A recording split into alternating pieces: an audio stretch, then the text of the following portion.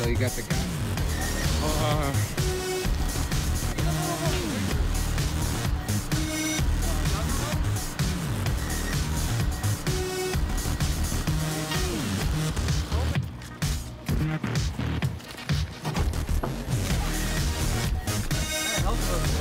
I never thought about that. Yeah, you know what? I was thinking we could even, in the future, even now, we could even go, you know, like 2x6. Yeah. Or whatever.